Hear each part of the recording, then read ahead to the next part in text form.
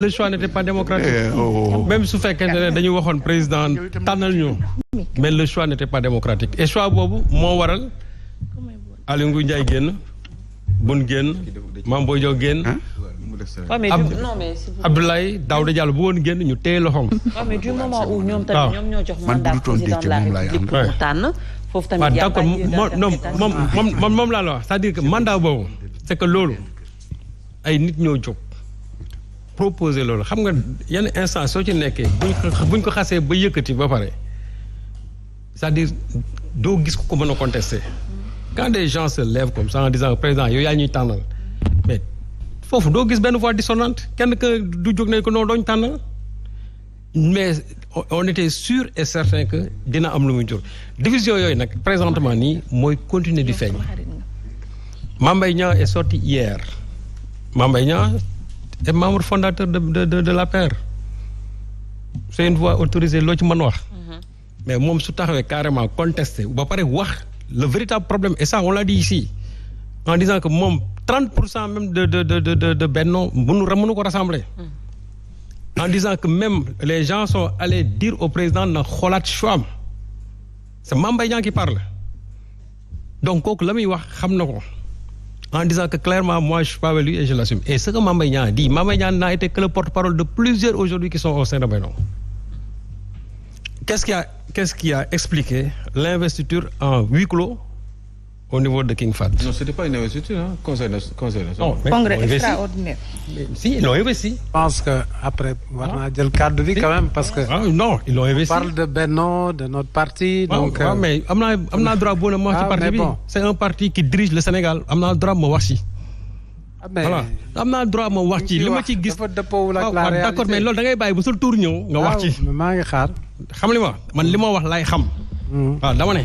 Les divisions internes au sein de Benno kooku ñëpp gis nañ ko et ces problèmes-là existent bel et bien et ça je l'ai dit ici maintenant le problème qui se pose aujourd'hui je l'ai dit Amadou Ba ci boppam pour que lui moom moo mën a porter aujourd'hui le flambeau de Benno c'est tout un tas de problèmes mënu ko porter c'est pas possible et ça de tout temps je l'ai dit léegi nag le problème qui se pose mooy face à ce que Mame Mbaye Niang a dit deux jours après parce que Mame Mbaye Niang quand il va jusqu'à dire que même moom la rencontre qui devait se tenir au niveau de King Fahd en tant que membre fondateur il n'est même pas au courant de ça.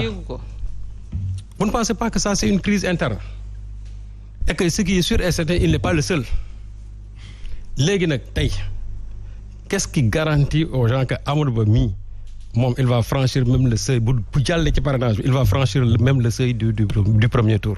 Ça les gens là sont dans la fiction en disant oui Amadou Ba premier tour. Oui avant de parler de premier tour il faut parler d'abord de franchir l'étape du parrainage. Amadou Ba premier tour Moustapha Niasse dong nga ko wax. Ce nouveau Père Mbaye. Ce nouveau Père Mbaye moom dong nga ko wax. Ça c'est le slogan de tous les gens nag de Benno ñoom ñëpp. Ahmad mi moom laa la wax moo tax ma ne c'est le slogan de tous les gens waaw loolu moom c'est que les gens ils sont dans la fiction mais dans la réalité politique xam nañ bu baax li nga xam moom mën a am. Ça peut être difficile. Ça aurait été bien aujourd'hui que sondage yi ñuy def chaque jour. Vraiment que ñu koy produire. Il devait y avoir une loi qui nous donne l'état des sondages su boobaa nit ñi dañuy xam réellement qui est qui dans ce pays-là parce que sondage yi aussi chaque jour dafa am lu ñuy génnee.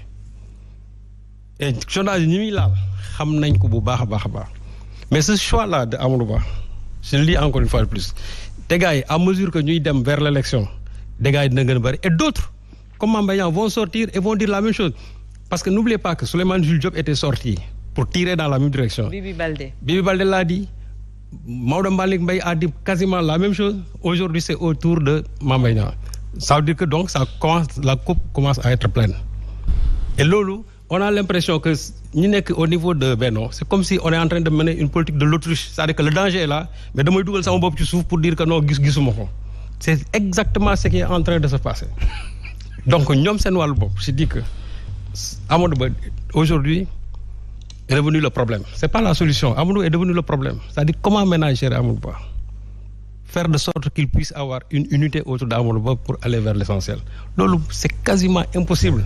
Impossible. Non, pourquoi c'est impossible? Déjà, gis nga ñi nga xam ne génn nañ ci biir.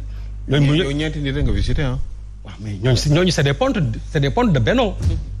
Ça c'est des pontes.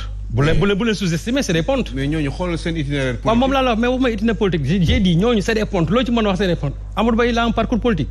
Il n'en a pas. Non, mais il est soutenu. Amadou Ba non mais il n'a pas de parcours politique xam nga discours soutenir comme ça quelqu'un en public neex na mais ce qui va réellement se passer dans les urnes c'est ça le problème. gis nañ fii des gens fii Diouf Sarr la ñuy taxaw fii ils ont dit à Diouf Sarr dañ leen soutenir alors que les mots d'ordre yi ñu doon joxe de façon souterraine mooy ne votez pas pour lui. Ça on l'a vu. Mais le même cas le même cas de non j'ai dit le même cas de figure est en train de se produire avec Amadou Ba. mais loolu il faut élection jot nga xam ko. waaw non j'ai dit une ère de campagne. déedéet yow journaliste nga. Journaliste nga je te dis tu mènes des investigations tu sauras bel et bien que ce que je suis en train de dire que il y a une grande part de vérité dans ce que je suis en train de dire. non mais xam naa bu baax li ma la wax. léegi nag maintenant man la benn affaire est sûre et que même pour que nit yi ñëw défendre ko ci plateau yi. c'est quand même. waaw xam nga man waaw xam nga d'accord mais man au plan programmatique c'est-à-dire que Amadou Ba il ne peut pas faire du PSE c'est-à-dire mënul ko def exclusivement son programme sans pour autant nous dire moom quelle est sa touche personnelle. est-ce que vous savez que li ngeen di wax mu ngi jàll en direct. c'est-à-dire que loolu c'est impossible.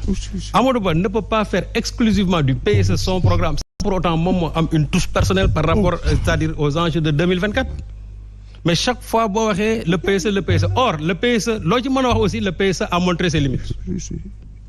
Je suis désolé monsieur Kanté mais le PSE il y a eu des réalisations mais le PSE aussi je suis discipliné dama lay déglu. D'accord mais le PSE a montré parce que le premier axe du PSE c'était de régler le problème de l'autosuffisance alimentaire 2017 mais en 2017 le problème là jusqu'à aujourd'hui le problème de l'autosuffisance reste comment dire entier jusqu'à aujourd'hui le problème de la dette bi ñu doon wax fii léegi vous nous avez dit que oui la dette du Japon la dette des États-Unis et cetera oui mais ñun on est dans un espace communautaire où il faut tout simplement respecter tout li nga xam moom la ñuy wax par rapport au PIB or aujourd'hui le Sénégal les 70% ñuy wax pour respecter ko pour l'endettement Sénégal passé na foofu léegi aujourd'hui nous sommes aujourd'hui à presque 72 ba pare léegi la dette là c'est presque 16 000 milliards dette boobu fu ñu ko dugal.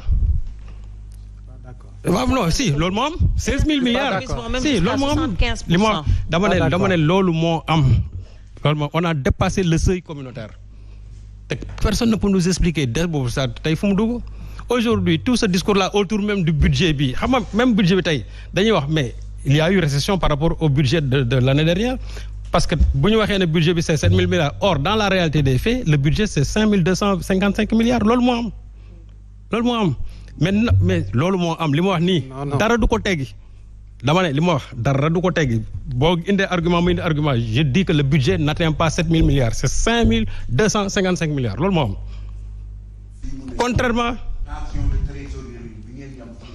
vous avez un gap de je sais pas. Gumbala man Gumbala dama bàyyi ba eggal. dama ma doon interrompre.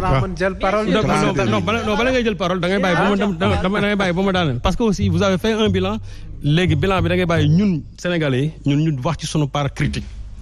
voilà la moo tax ma ne PSE boobu moom s'il veut se faire le candidat de la continuité il est en train de se tromper.